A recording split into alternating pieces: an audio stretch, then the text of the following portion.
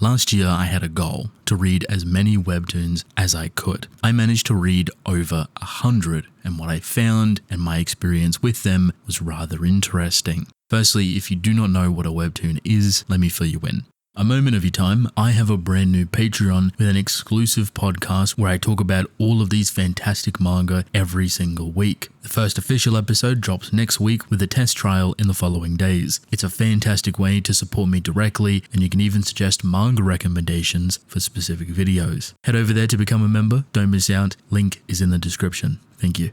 Webtoons are digital comics based in Korea. You might know them as manhwas, but there's a little bit of a difference. We don't have to complicate it. It's a style of storytelling that's based in Korea. Manhwas can be webtoons and webtoons can be manhwas. People group them together. However, the webtoon name has gone global. So now anybody from any country, any background, any language can create webtoons, published officially under a Korean company.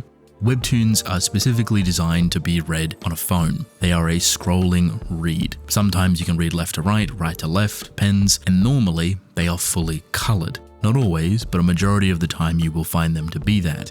With webtoons, you can also add music for specific moments of the chapter. So if you wanted to add sound effects, if you wanted to add full songs or musical pieces for certain moments throughout the entirety of the chapter, you can. You do not have to do anything extra. The audio will automatically play when you reach that point, and it makes it really immersive. Some of the best webtoons that I've personally read are fully designed around their musical scores and certain moments to elevate the scene even further. Combining all of those elements, you get music, usually full color, compelling stories, and a really easy vertical read format. It is a wonderful time. So now that you know what webtoons are, let me tell you my experience with the 100 that I read and why they're becoming more and more popular. Webtoons are becoming more accessible and more popular, and with that comes more readers, more stories, more ideas, and more things to look forward to. Things like physical volume releases and even large-scale anime productions. When I set off to read my 100 webtoons, I had no goal, no agenda, no direction. I would read whatever looked interesting. So it's helpful that when you're scrolling through the webtoon, the first thing you see is a bit of the artwork, a title card. That is the most enticing part. That's what's going to reel you in. A lot of, if not majority of the stories are entirely free up to a certain point. You can choose to pay for the newest episodes, or for older, completed, more successful stories, you may have to pay or watch ads to unlock the whole series. I am not picky when it comes to genres, so I will read anything, and Webtoon has a lot of variety, but over the year I noticed a formula, a style, a genre of storytelling that was definitely more popular than others. Obviously, if you want high chances of your story to be successful and you don't want it to get cancelled, falling into those genres or styles of stories seems to be the go. The three primary ones that I noticed was pure, over-the-top action/isekai, usually with a lot of RPG mechanics, the leveling system, etc, etc. Think something like Solo Leveling. The next was Korean romance. It sounds weird to group that in its own genre, not as romance, but there's a style to Korean romance and how they write their women and how they write their men and how they depict that type of romance. It's very much up their alley of K-dramas, so Korean romance. Last but not least is normal romance and time-orientated romance. So there's a lot of successful stories that are romance-based. They're very, very popular, but not necessarily Korean-focused. And the other ones that are really popular are timepieces. So think medieval romances or Victorian romances, etc., etc. To me, all of the energy and the big stories that you would see were going into these styles. That's perfectly okay, but very quickly I found that I'm not really the biggest fan of these styles, or at least the first two, which is kind of odd, but let me explain. There is a ton of overlap between the big action webtoon stories and a lot of the Korean romance, and it makes sense because they're going for that style that's popular, that's well known in Korea, so there is going to be overlap. Great news, if you love that stuff, if you love those stories, you're going to have so much to work with, so much to read. I found myself kind of bored with a lot of the action-orientated stuff. Don't get me wrong, it's super flashy, super frenetic, super crazy in scale and scope, but I'm not the biggest enjoyer of Solo Leveling, and that's the easiest comparison I can give. A lot of these stories get bigger, more grander, more technical, but still overlap into the same type of story. A common consistency between them, however, is that they're very well drawn. There's a lot of money, there's a lot of time, a lot of talented groups and people working on these stories, and Webtoon are 100% putting their marketing into them, which makes sense. On the Korean romance side, I actually really enjoy them, but I'm kind of like really picky. I don't mind the style, the formula, even the payoff of Korean romance webtoons, but they are kind of a dime a dozen for me. Some will be exceptional, through the roof, incredible writing, super crisp, super beautiful romance, and others will be very typical, very safe, and don't really do all too much. It's not a negative to this style of story, you can find it for literally anything. For me, I'd find it to be a little bit more noticeable with stories that overlap. Funny enough, there's not a whole lot of action on my list. There's a couple here and there that I really enjoyed, but none that really energized me. None that I felt excited to come back to. Same with the Korean romance. There's a couple on my list, but still not ones that I'm really excited about. Where I found stuff that I really enjoyed and started to fill up more and more of my 100 list was stuff that wasn't really pushed into the mainstream. Some definitely were, but it was mostly stuff that was trying to do things differently. Different ideas, different characters, different setups, stuff that was relatively unique in this massive overlapping of ideas. That's where I found my heart. That's where I found my love for a lot of these stories. A lot of them were romance related that aren't English or Korean. They're actually more cultural. A lot of Spanish influenced stories, basically bringing a lot of their culture into their stories, which gives it so much more life, so much more energy, so much more personality. And I found myself drawn to these stories quite a lot.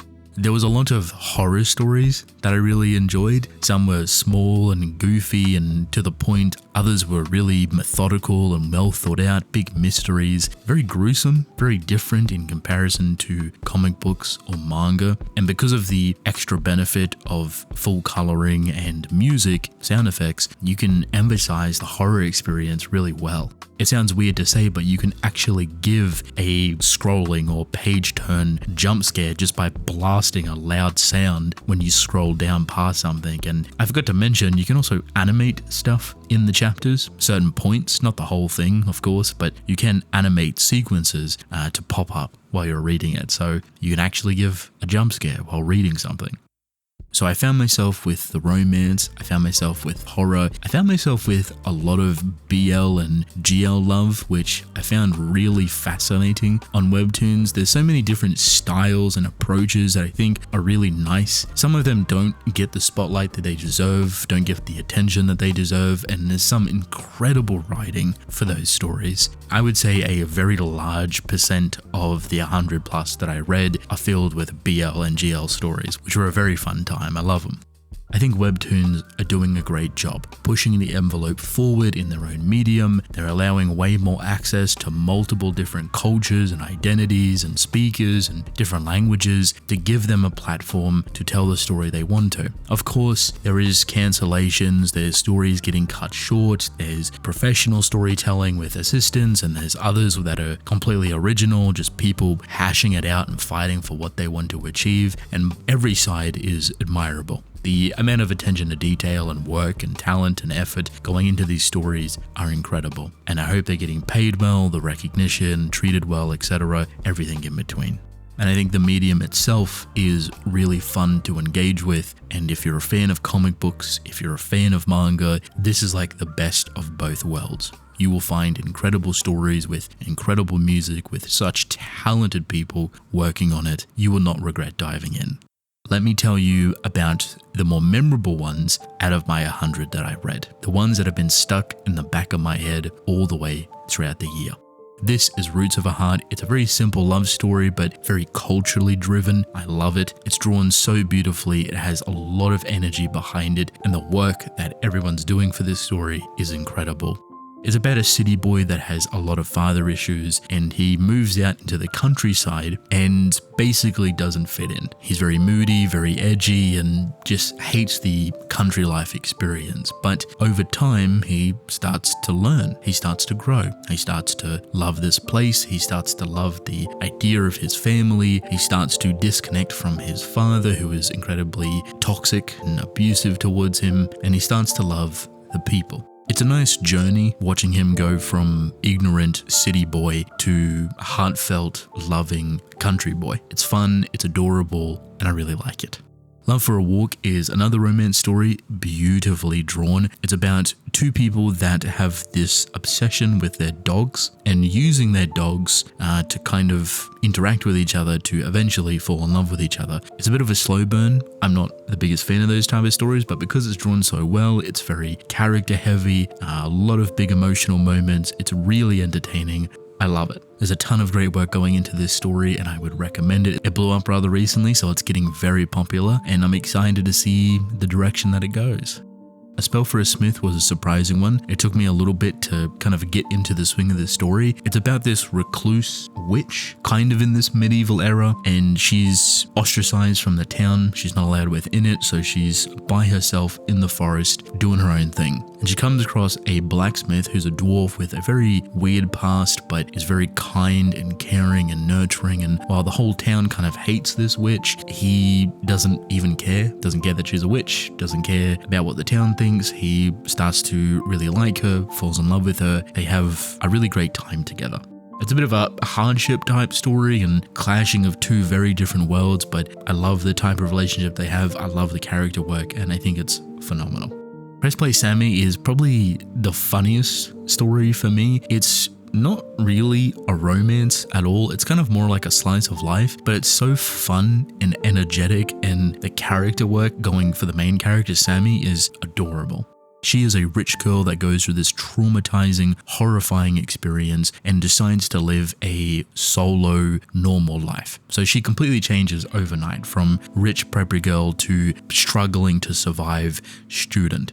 So she does all of these odd jobs to get by and to save money and to basically rebuild her life, different school, different people, and to run away from the rich girl life that she had, which is filled with trauma. It's a very fun read and a really great time. Homesick is my go-to horror story alongside School Bus Graveyard. Homesick is kind of about the end of the world. These creatures come up and they take over people, and sometimes the humans can suppress these monsters and become kind of superpowered, if you will. It's a little bit weird.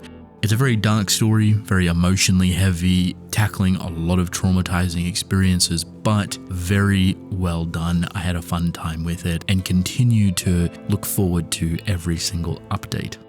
Not So Silent is a beautiful BL story. It has a ton of sweet and innocent character work that feels so lovable, relatable, enjoyable. It's about this kid who is an overachiever, basically does anything and everything to be the best because his mother is forcing him down this path. He never really takes a day off, never really has breaks, everyone expects so much of him, and he meets a deaf student that eventually he starts gaining feelings for. And this student basically shows him a new way of life, a new way of thinking, and wraps him into this world that is so much bigger and more lovable than what he experienced prior. It's a really sweet read, and I couldn't recommend it enough. Love and Other Wicked Things is another very sweet GL story, except this time, sprinkle of fantasy. We love it. It's about this one girl that is a fire witch looking for her mother who has disappeared, and she comes across another young girl who is a very powerful and prominent witch from a very respected family in this town that supposedly her mother was last seen. And together they search for their mother, they fight about their differences, they learn about each other, they grow, they love. It's very endearing and I had a great time with it. It's recently finished, so if you do want to check it out and read the whole thing, please do. Last but not least, The Mafia Nanny. This is kind of a funny story. It's not really a romance, but they definitely play on that trope quite often. The tension is there, if you know what I mean. But this is more action, spy, espionage orientated. It's about this orphan girl who was raised and molded by this nanny association. And basically they send these nannies out to different mobs or gangs or people to take care of either them or their children. If you're in a mob and you have children, you need someone that is equipped with taking care of the child while still understanding the mob gangster lifestyle. So this nanny group are designed just for that. This girl is incredibly good at what she does. She's searching for the remnants of her family, where she comes from, and how they're connected with a lot of the local massive mafia gangs in the area, as well as connecting with the mafia group that she's working for. Bit of romance, bit of tension, great character work, very much worth your time. If you're someone that's a bit on the edge about webtoons, start simple, start easy, give them a chance, see how you feel. Or if you're someone that's more experienced, I'd love to hear your thoughts on where you sit for webtoons. But that's basically it. I hope you enjoyed, and I'll see you all later.